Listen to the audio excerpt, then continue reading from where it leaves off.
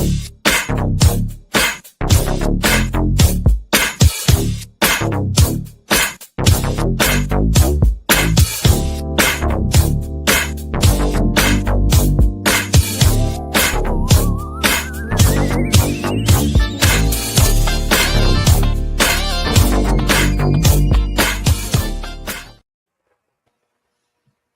welcome to Let's Talk Nation. I'm your man, Rod Love. And for those of you who are looking around for the general, as you can see, the general is not here. The general is off on a special assignment. And, you know, he's going to be victorious with his special assignments. But joining me tonight is none other than my other partner in crime, and that's none other than Doc Polite. How you doing tonight, brother? Hey, what's going on? What's going on? You know, man, I meant to tell you this earlier. I saw that post from 2017 on your timeline, and I thought that was so beautiful. Which post? Of you and Reagan and Rihanna. Oh, when okay, they were little, when they were babies, literally. Yeah, man. And hey, look at them now. Yeah. I mean, you know, it's the wonder of, you just wait till you get to be a granddaddy. That's life changing. Hey, let me go through this transformation slowly. let me get there at my own pace, Doc. Hey, listen, it's a different look on your life. You're now seeing two sets of people that you impacted, that you created, and it's mind blowing. You know, they still blow my mind now. Yeah, you know, I got 8 grandkids, and you know, I can't keep up. I can't keep up, and they are busy, and you know, I'm watching them live their little lives. You know, busy with after school with school stuff. You know, little parties and stuff. Now, let me ask you this: how true is it when we talk about, and people always telling you, enjoy it while it's right there in front of you because it'll go by so fast. Did you experience that too? Oh yeah. You know, and no more so than when Marley was born. That's my last grandchild, and I got to be there with my daughter and see her born. And it's I don't know, man. Grandchildren just transformative. They soften your heart. You know, not that I was a hard-hearted father, but you know, seeing your grandkids and understanding that. For a significant portion of their life, you won't be in it, but you have a chance to leave an impression of love and caring as a grandparent, you know. So that's important, you know. Well, I want them just as a father and a what they call it, a girl's dad, so to speak. To see my oldest Rihanna, you know, just turned 22 a week ago. And her sister be turning 18 in about another 15 days. Man, I tell you, them girls doing their thing, man. My oldest will be graduating nursing school with her RN in the next 6 months. And then her sister will be writing a new chapter in her life with going to school, you know, going to college. So, hey, man, I'm proud of them. And man, we just rocking and rolling with them. Yeah, and you know, and those are the things that any father or mother wants to see their kids reach a plateau that is high. You know, your son, to me, your son is the only man you want to see do better than you. Mm-hmm. You know, and that I'm so proud of my son. You know, it's things about me he's discovering now since he's a father and understands greatly. So, you know, it's rewarding, man. It's transformative. And you know, I just looked at that picture of y'all and I wonder how much you were prepared for. Did you know, the pathway? And of course you didn't, well, Doc, come on. That's we had this conversation all the time. You got to go and learn how to drive a car before you get your license. Right. If you want to drive a semi truck, you got to go learn and get your CDL. Mm-hmm. Hey, if you want to get a firearm and get your concealed weapons permit, you got to go take the classes. There's no classes that prepares you to be a dad or mom. Yeah. I mean, hey, Doc, don't get me wrong. Anybody can be a father. Anybody can be a mother. You know, that's biological. But that But parenting. correct. But you know, I pride myself on being dad. That's the title that I love. Yeah. You know, and so you like I don't have to tell you. I listen to you when you talk about your kids, and we're Yeah. not gonna get into this mushy thing tonight on Yeah. Let's Talk, Let's Talk Nation. But we both proud dads. Yeah. Yeah. It definitely. You know, my kids are the reason that I got into advocacy. You know, advocate for young people and work with young people because I understood that the environment they would live in was bigger than just them. That what was around them would impact their life in some way. So I Yeah. wanted them to have, positive relationships and friends around them. So, they wouldn't, my kids couldn't tell you the first thing about gang banging, inner city, or none of that kind of stuff. You, You know, well, hey, they are you're right. clueless because I wanted to shield them from that. I wanted them to be not that people who live in those communities are less than people. That's not what I'm saying. But what I'm saying is all kids should be afforded the opportunity of growing and maturing into who God wants them to be without all of the drama and negativity that comes in many environments. Well, I've seen I've I've seen seen the it dealt body with of your kids. work, Yeah, brother, and you've done well. You've done yeah. well. Hey, So Doc, I hate taking us to this place, but you know, this Let's yeah, Talk Nation, man, we have yeah, to talk about it. yeah. And Doc, there was a tragedy that took place today, not unlike tragedies that we've seen before. But there was a tragedy that took place, man, in Madison, Wisconsin, at Abundant Life Christian School.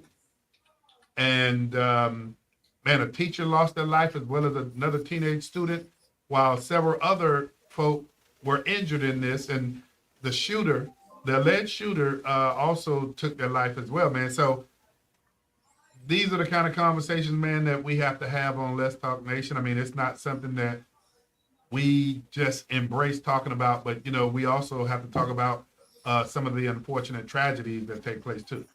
Yeah, and my heart, of course, our hearts, as Electoral Nation, goes out to the to this school, this city, the parents of everyone involved. I mean, you gotta, it makes you pause, man. I mean, really, what's going on that our young people are so readily picking up guns?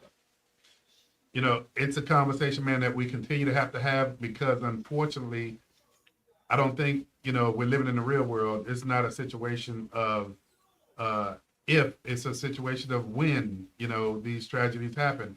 I have to, you know, kind of tilt my hat to law enforcement in this situation, as reported, and again, we're getting our news from various news media, but Madison Police Chief Barnes reported that officers responded to the 911 call from the school, and as they arrived from their training center that was 3 miles away, the police did not discharge their weapon upon arrival, as the shooter was already deceased. And again, we continue to get multiple reports that are going out regarding the shooter. But all of this, Doc, as you well know, will be forthcoming in the days ahead, man. But again, Yeah. this is a sad, sad situation. And actually, so far this year, including this shooting, there's been 487 mass shootings. Now, what's crazy is last year there were 641 at this time. Hey, you know, Brother Jackson, the general, was here. He dives down into this, and Doc, he Yeah. just gave some numbers.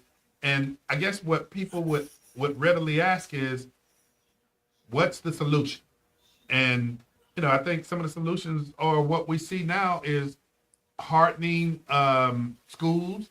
You know, folk are talking about metal detectors and things of that nature at schools. I think we need to do all that we can.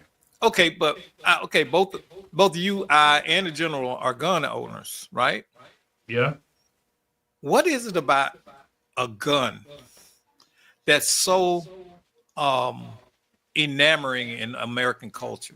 Why do you think that we are so gun conscious and gun focused in this country? When you just say that, just Doc, from a personal perspective, I know we won't get into black, but but put you know, some meat I'm on a the bone. ponderer. Put some meat on the bone for that for me. When you say gun conscious, what do you? Well, gun conscious. I mean, we think in terms of everybody should have a gun.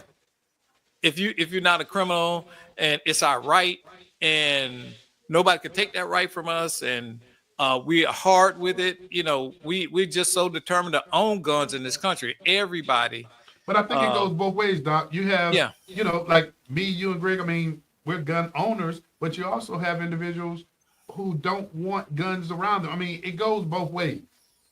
And I mean, I don't know, Doc. I don't know what the answer or the solution or you know why we find ourselves in the situation that we're in. But I mean, the fact remains, Doc, we live in a country that people can have rights to carry firearms.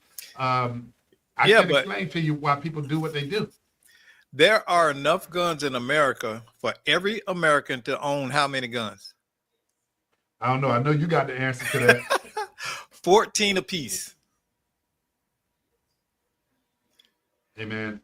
That gun ownership now it has a unique perspective on national defense.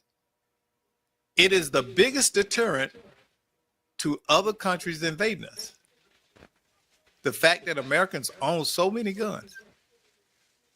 It's not the military, it's not the nuclear weapons. It's the fact that Americans own so many guns and are willing to use them. Most of them have training. We're probably the most gun trained culture in the world when you think about it. So, you know, that's the plus side as far as national defense. You're not just going to come in and take our homeland. They say it would nearly be impossible for any nation to come in here. Yeah, Doc, I'd be lying to you if I told you I had a solution to addressing these issues, man.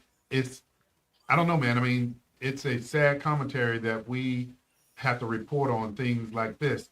Doc, I don't know, but you know what? We do have a special treat. We have some young individuals in the studio that we're going to bring them in. You know, they're very interested in facilitating their own podcast. So tonight we're going to throw them in the fire. Oh, okay. We're going to see what they got.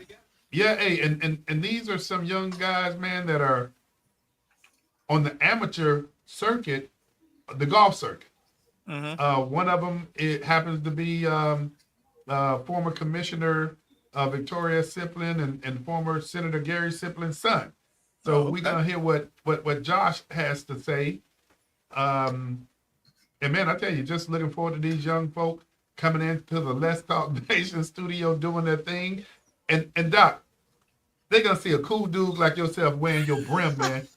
Doc, how many brims do you have, man? Oh, I probably got about 20. I think 27. Hey, man, you can throw some of my way though. But Doc, and you know what's crazy? For 10 years, I had to wear a hat every day, military hat, and it drove now you me do it crazy. At your leisure. Yeah, and now I put them on without even thinking about it. So, well, Doc, hey man, we're gonna take a quick commercial break, man, and then we're gonna get these young folk in here, man, and let's see what they got to talk about tonight. All right, man. We'll be right back on Let's Talk Nation. Daybreak iFix. Mercedes-Benz, BMWs, Jaguars and Porsche. Joe's Quality Auto Repair. I specialize in European cars. Daybreak iFix at Joe's European Quality Auto Repair. Located at 1240 State Road 436 in Altamont Springs. Daybreak iFix. Call me, mention Let's Talk Nation and bring your certified dealership repair quote. And I beat by 30%. Remember, Daybreak iFix. Call me at Joe's European Quality Auto Repair at 407-409-6040. Again, 407-409-6040. After Daybreak iFix. Joe's European Quality Auto Repair.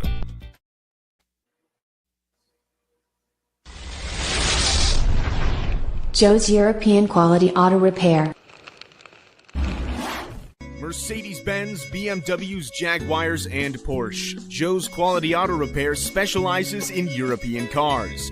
Joe's Quality Auto Repair is located at 1240 State Road, 436 in Altamont Springs. Stop paying a king's ransom for your foreign auto repairs. Call Joe's Quality Auto Repair, mention Let's Talk Nation, and he'll beat certified dealership repair quotes by 30%. Call Joe's Quality Auto Repair at 407-409-6040. Again, 407-409-6040 for the best affordable and guaranteed European auto repairs. All righty. Hey, welcome back to Let's Talk Nation. And as Doc and I told everybody, we have a special treat. I told y'all about Commissioner Victoria Siplin bringing in the crew. And we have the crew in the studio tonight. Commission, thank you for bringing the crew in. But I want you to do the introduction. Well, tonight we have, of course, the one and only Joshua Sibley. Everybody. And we also have Greg Odom, and you know Greg from Memphis. And then we have EJ Everett Whiteman Jr., and he is from Virginia. Okay, so tell me, what do these three young men have in common? How do they know each other? Well, they are all excellent golfers. Well, I remember one that I used to beat, but he was like only like that was a long time ago, and I shouldn't even be bringing that up because if he takes me out there now, I see what he does to his opponents. But all right, I respect. Yeah. But hey, gentlemen, you guys all played at Howard, right? Okay, so Commissioner, we gotta drill down. These young men want to get into the podcasting, right? Yes. So this is it at a different level, and I'm not gonna say this is not at the Shannon Sharp level, but we're trying to get there. So, Commissioner, what has these young men been up to? And I want y'all to talk up to now. Well, I think what's important, and they've graduated, and now they're working on being pros. And I think what they can offer, as it pertains to, you know, doing a podcast, is letting the young folks understand what it's like from their perspective, right? As adults, we can assume, right, what it's like to be a collegiate athlete, but they can actually tell the up and coming golfers that want to play collegiate golf what it's like. What's the pressure?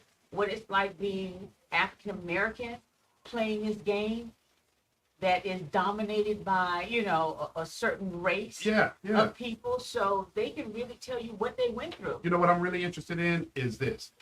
I played college football. I know what it's like to have a schedule, to go keep up with class, travel, but I never knew it from a golf perspective. So, fellas, jump in. What is it like?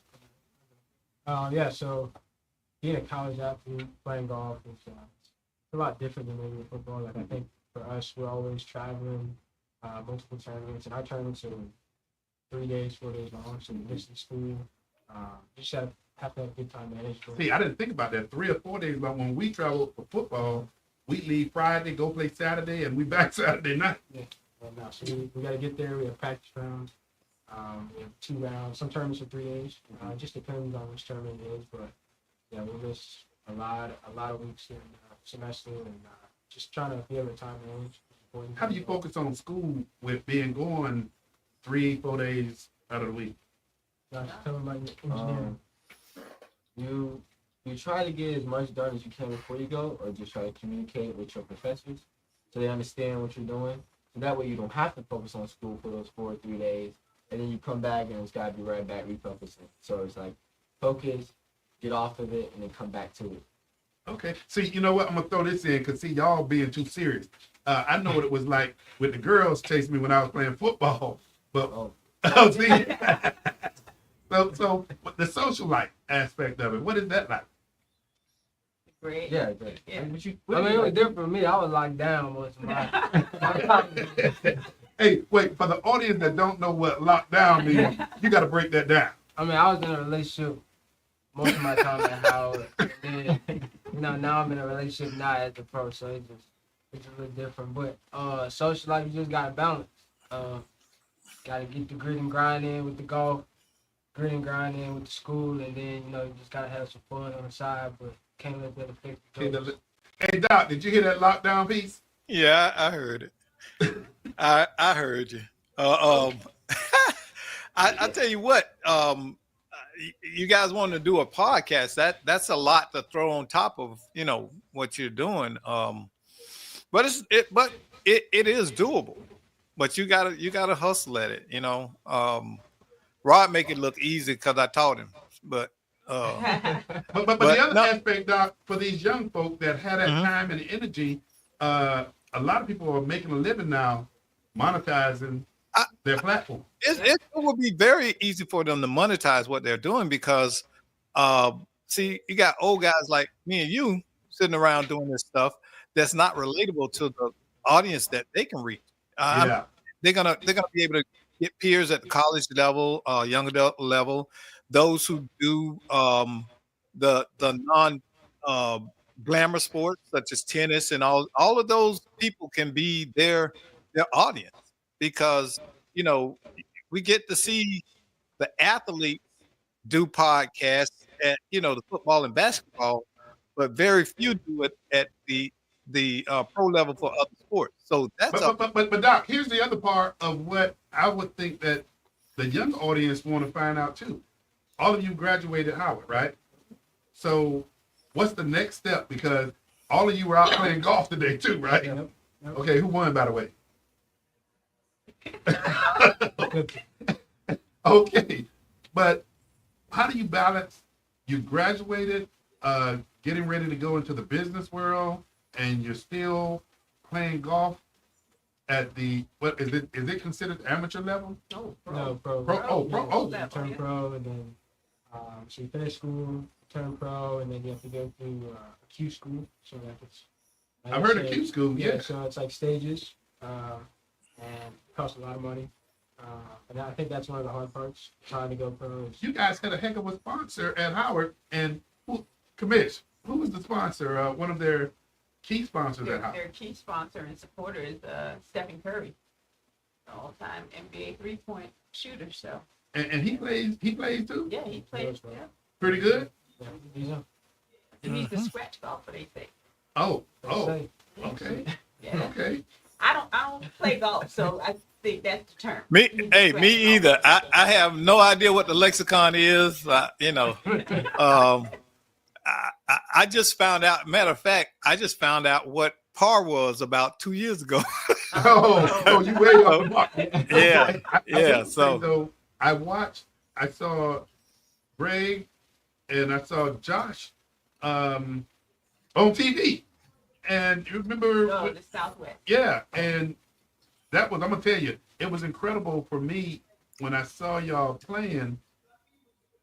And I'm like, man, I know those kids. I mean, young men, and it was incredible for me to sit back and observing some of the shots that y'all were making out there. I'm like, man, that was the Tiger Woods moves. I mean, you came out the sand trap on one of those, and I think I sent a screenshot to you and your husband. But to see you guys doing your thing, and to know and to have been in the room with y'all, that was something for me that was an incredible experience. So what else has been incredible as y'all are going through your journey? I think just the opportunities that Howard has given us, having Steph Curry support the team. I went to Hampton University first, and they actually had to cut the program due to COVID.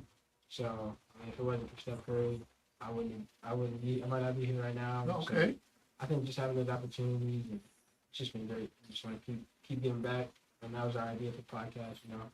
Let kids listen to us. And so what are you guys gonna be talking about? That's the other piece that everybody. Yeah. Why do y'all want to do a podcast?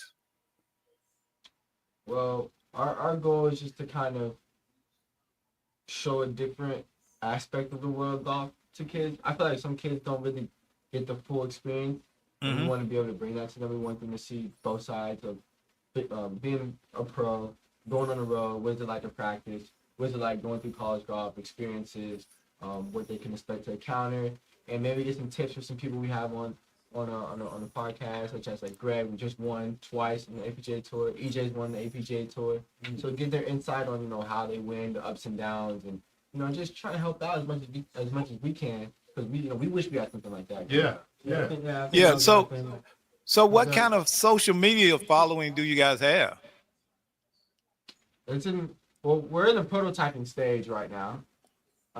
We are hoping to launch ASAP, but right now we are just trying to gather the resources and support that, because we don't want to just start it up and then Yeah. fall down. And we're not gonna ask y'all for the name of your platform, because that's something that you want to reserve and make Yeah. sure. Don't blurt it out. Yeah. And then somebody you look up when you try to brand it, and somebody got it and they want to charge you $5,000 Yes. because they heard you say it on the show. Right. Yeah.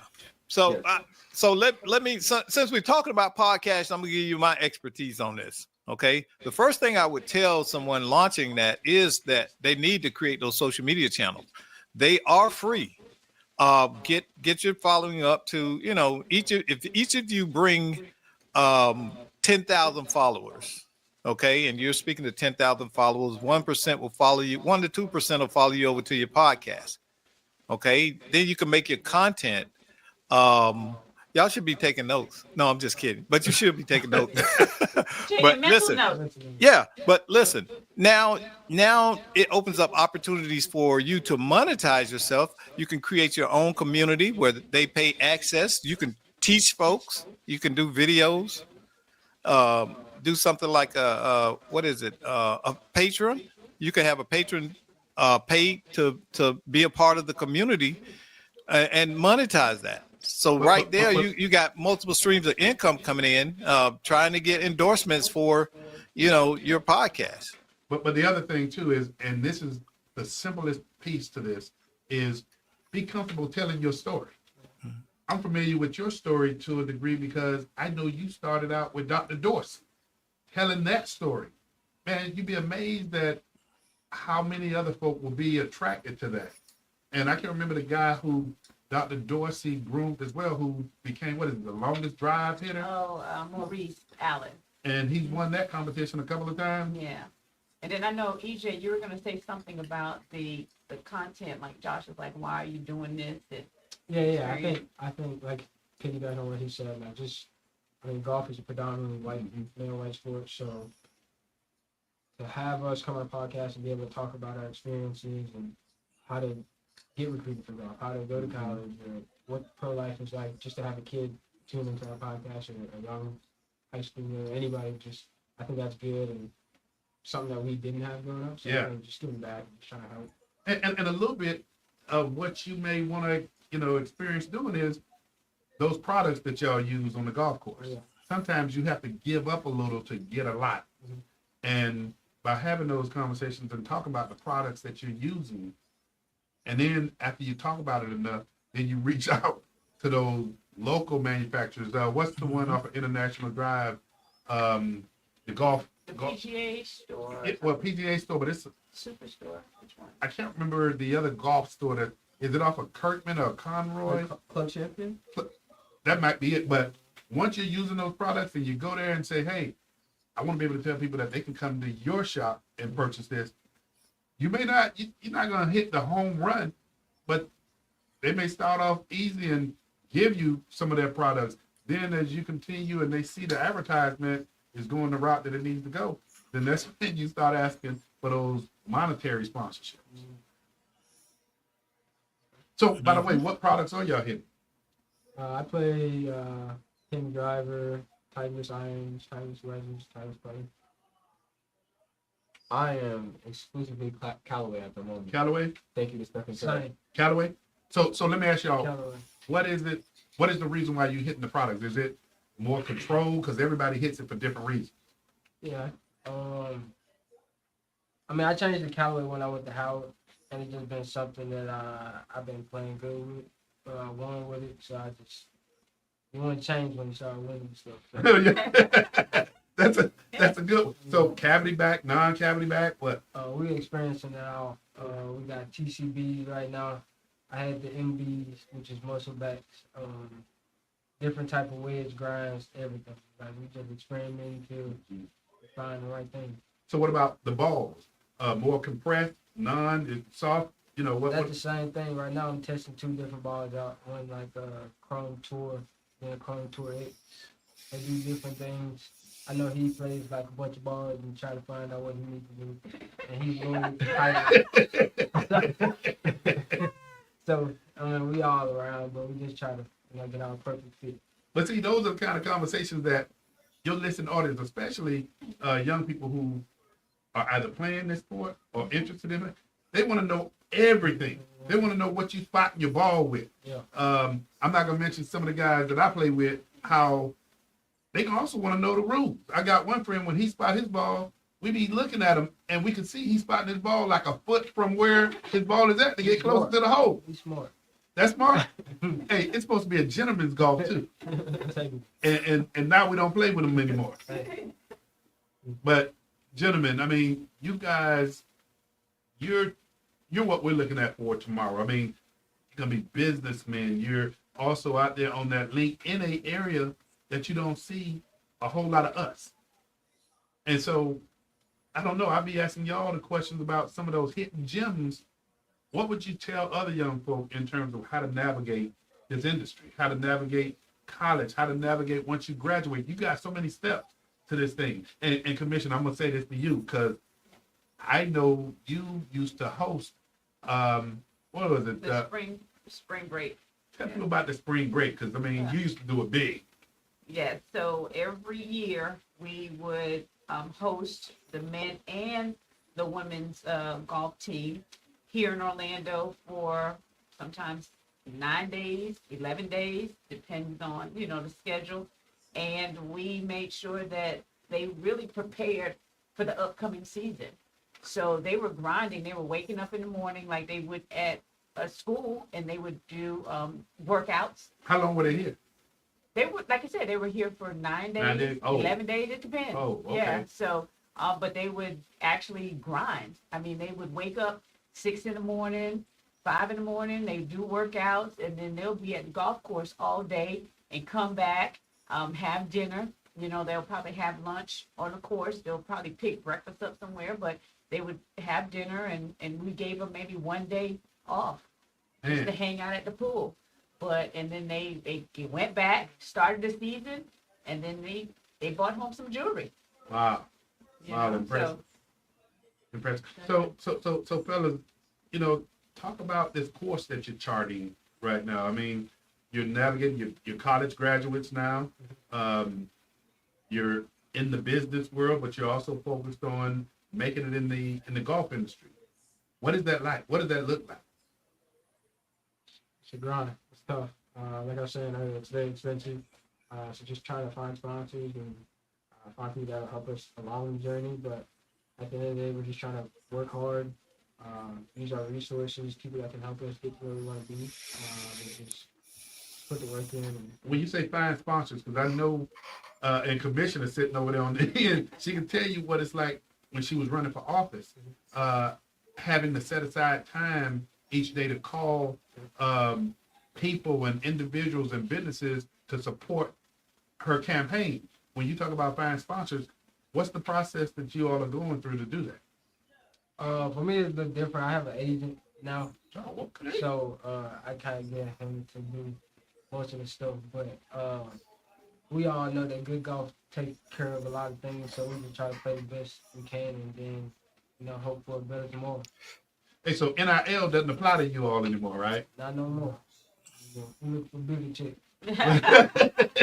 Hey, for those of you who are not familiar with NIL, and I know we had an NIL expert on the show a few months ago, but that's name, image, and likeness that college athletes actually get paid. Back in my day, we didn't get paid anything, no attention. And now they're high school Oh. athletes. Okay. They just passed. Is that all over the country now? Well, I know it's in Florida. Okay. It's in Okay. Florida. High school athletes can now get NILs as well. Here's a question that I have. When we see some of these professional athletes that, whether they're basketball, football, we talked about Stephon, do you guys see these individuals that are sponsoring athletes such as yourself that are going into the pros? I mean, Do they do this? We see Michael Jordan sponsoring race cars. But are those athletes, are they sponsoring other athletes in the pro world? I think they are. I think it's becoming a new way. All right, I think they are. Like if I get this right, so you're saying the athletes in the pro world are sponsoring?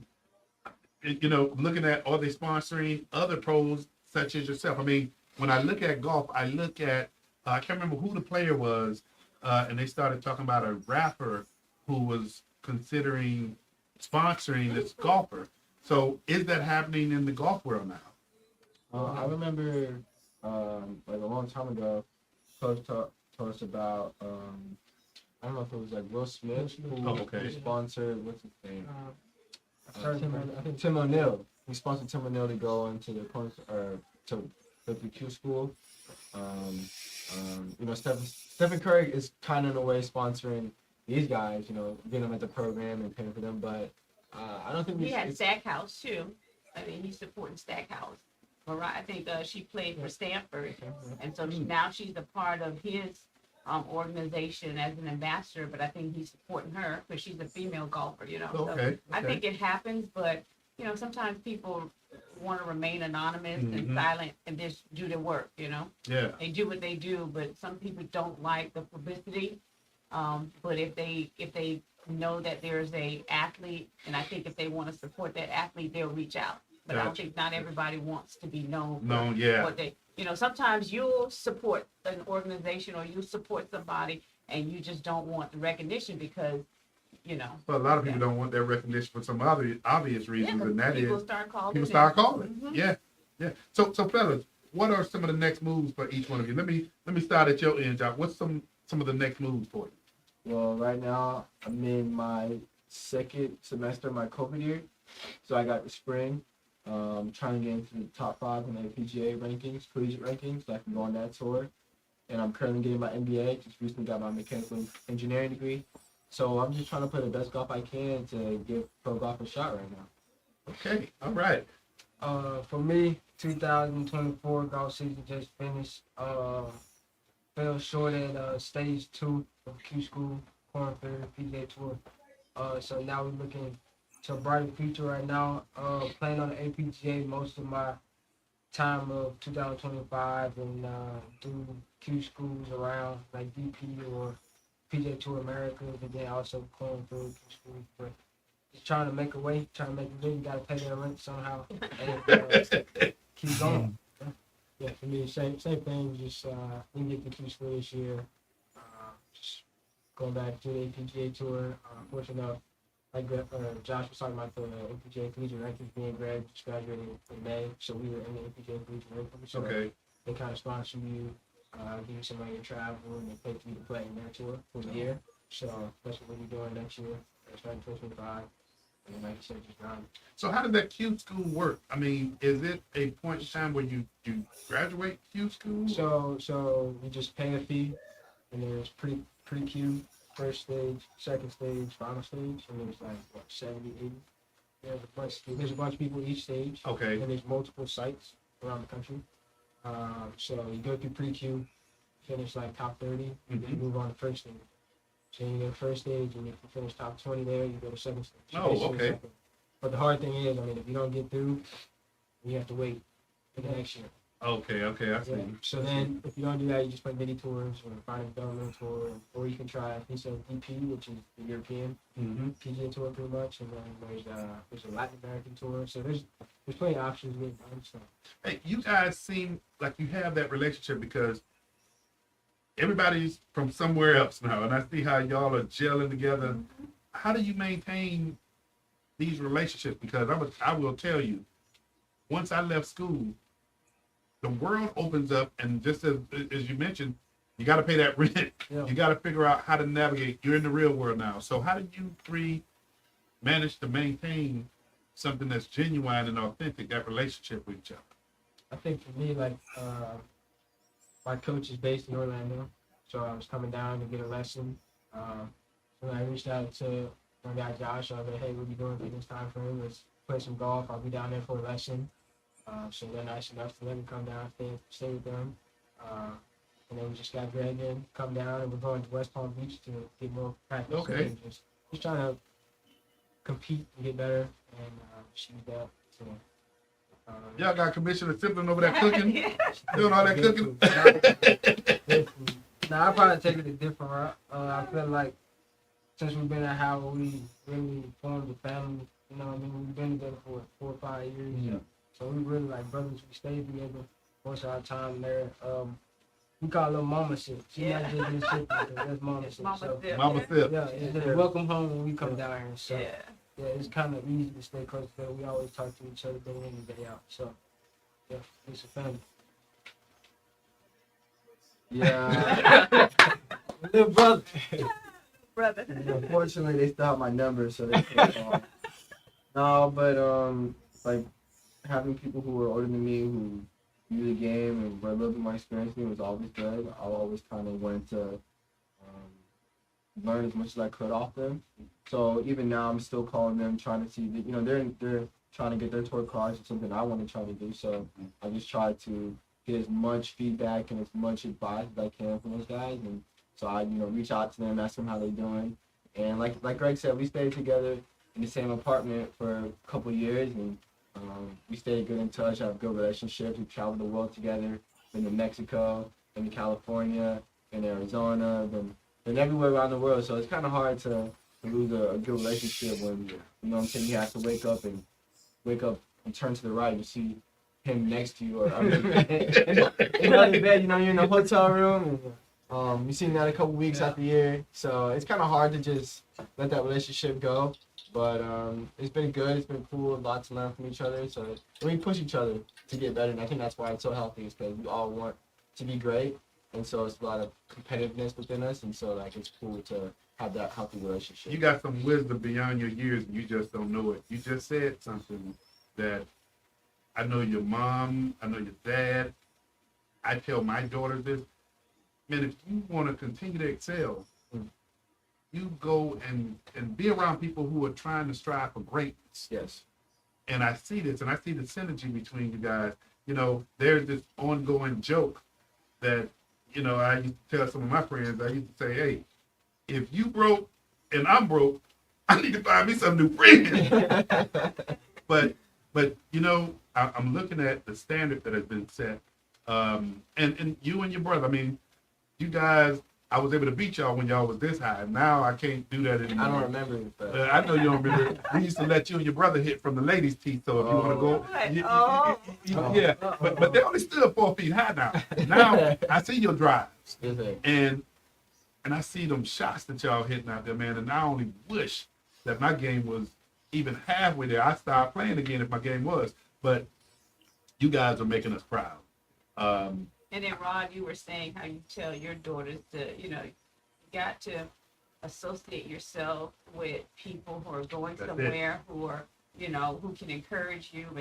But it comes from the Bible, and the Bible tells us that iron sharpens iron. Iron sharpens iron, right. So you got to have relationships where people who are around you are making you better. Mm-hmm. So it's the Bible. They're making each other. I'm looking at this iron. iron. That's Yeah. iron. Yep. Iron. Yeah. Because if you got plastic and trying to get that iron, it's It not won't- gonna work. It's not gonna work. It's not gonna work. The wood is not gonna work. You gotta get the same. You're right. Iron sharpening iron. Mm-hmm. Hey Doc, to close us out, man, what's some of your thoughts? Well, all that talent there. I just want to congratulate them really on being positive role models. Yeah. Because that's what I see right there. You guys may not know it, but one day you'll hear people whose lives you've impacted right now. And just keep your focus. You got a plan. Keep your focus. Continue to hone your skills, your golf skills, your social skills, and be prepared for the opportunities. And that's another key thing too. You got to be prepared for the opportunities as they come. Iron sharpens iron, but if you're not prepared to step into the opportunities when they come, then you're gonna miss out on things. It sounds like you're surrounded by a village that is promoting you and teaching you the right values. So again, congratulations, all you young men for graduating from Howard. It's Howard, right? Everybody graduated Howard. Yep, That's good. See, And these ballers in here, Doc. Hey, Doc mentioned always being prepared, and this is how we're gonna close this out. You always got to be on your toes, and I'm going to go down this list and ask each one of you, give me about a minute of some words of wisdom that you would leave for young people like yourself.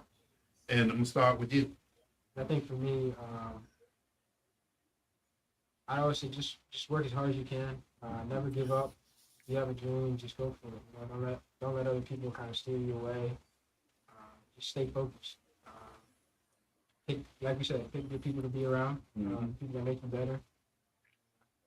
Just try and be great every day. Well, you setting the goals pretty high. I hate to be sitting right there, so now it's on you. He's still in everything, but yeah, stay the narrow path. I feel like this year and most of my years, it's been about sticking around the right people. I mean, when I was growing up, I used to hang around all the big kids. I used to be the youngest one in the group. I was the dumbest one in the group. I wanted to learn as much as possible, so one day, you know, I can pass it along. And I feel like we did that here. EJ been battling for a while, and then, you know, even Josh tried to bring up a challenge with me last year. So. But we all about to meet at the same point, and we all want to get that PJ Tour card, so we all fighting together, and we're doing this together. All right. Just one, to keep God main in your life. That's important. Without him, you wouldn't get very far. It wouldn't be nothing. So other than God, just don't try to take any shortcuts because they always take the longest. And then just be patient with yourself and be your best friend because everybody has different times. You know, I know you want things to work certain ways that you envision, but they might not, and that's okay. But you just got to keep being patient because you just don't know what God has in store. And just try to surround yourself with annoying people like these guys to push you every day. And you'll be all right. You'll live long. I like that. I like that. Living silk. Commish, come on, close us out. I think the young men have said it all. Okay. You know, they put God in their lives. That's it. I mean, that's where you start. That's your foundation right there. They talked about not giving up because it gets lonely sometimes when you have to face what man considers failure. And so you got to overcome that. You got to encourage yourself. So they've learned how to encourage themselves when, you know, it doesn't look like they're making the moves that they want to make, right, towards success or toward, but they encourage themselves, right? They're surrounding themselves with the right associates, You're right. right? So I think they have that package, and these boys, these young men will be okay. They're gonna be all right. Okay. And they have us. You're right. They have the village, and they know that. So I told them Mama Sip is always here for them. So they know that, you know. And so Joshua was like, "Oh, go ahead and go be with your other son." Told EJ that the other day. I was like, "That's fine. Come on, EJ. Go ahead. Come sit on the couch. Let's talk." You know. That's But all right. but they know. That's that village. Yeah. And I told him, you know, Joshua knows this, that he can call me anytime I'm here. And Greg and EJ and some of the other players, they know if they need me, I'm here. So I think, because I understand they can't do it by themselves. They need the support, right? Well, So I've seen the support that you've given, and I tell you, just watching from afar, it's been exhaustive. You set up. I mean, and you feed people good. I got that. Now that I'm gonna do, I'm gonna feed you. But I tell you, your support and Senator Siplin, I mean, just been incredible. Real quick before we close out, does each of you have a social media platform? Yeah, we all do. Okay, so what's your handle? Let the audience know. Yeah, my Instagram is just Everett Whiten Jr. Just on Instagram. Everett, say it again. You gotta say it twice. Everett Whiten Jr. Okay, and that's Instagram. What's your platform? My Instagram is glow.jr. So GLO.jr. Okay, Josh. My Instagram is just Joshua Sipler. All right, hey, to our Let's Talk Nation audience, whether you are a individual, whether you're a business, whether even if it's one of those faith-based organizations, these young men, and they didn't rehearse this with me. Hey, if you want young men to come speak at your different organization, hey, for an honorarium, these guys will respond post haste. So these are what we call our men of tomorrow. This is the future. And so, gentlemen, I want to thank you all for coming in. Commissioner, thank you for. Yeah, thank you, when guys. you told me these young men were interested in creating their own podcast, I told Doc Polite, we're going to throw them in the fire tonight. Hey, guys, you did an excellent job. And not much to it. Just be authentic. Thank you. Thank you Hey, very you're much. very welcome. Doc, you got something to close us out with? No. Tonight is a night of very few words for me. Okay. Hey, well, Doc, we're I know going to you're close it out. surprised. We're gonna close it out with a real good Let's Talk Nation closeout. But gentlemen, you're always welcome here. And Commissioner Sibling, you know, anything I can do to help, I will definitely be there. For those of you who are viewing this, this is Let's Talk Nation. Call up these young men, let them come speak to your groups. But more importantly, let them come speak to other young people that they can relate to. Until next week, join us on Let's Talk Nation from 7 to 8 p.m. And hey, we're gonna have a lot of fun. Y'all take care.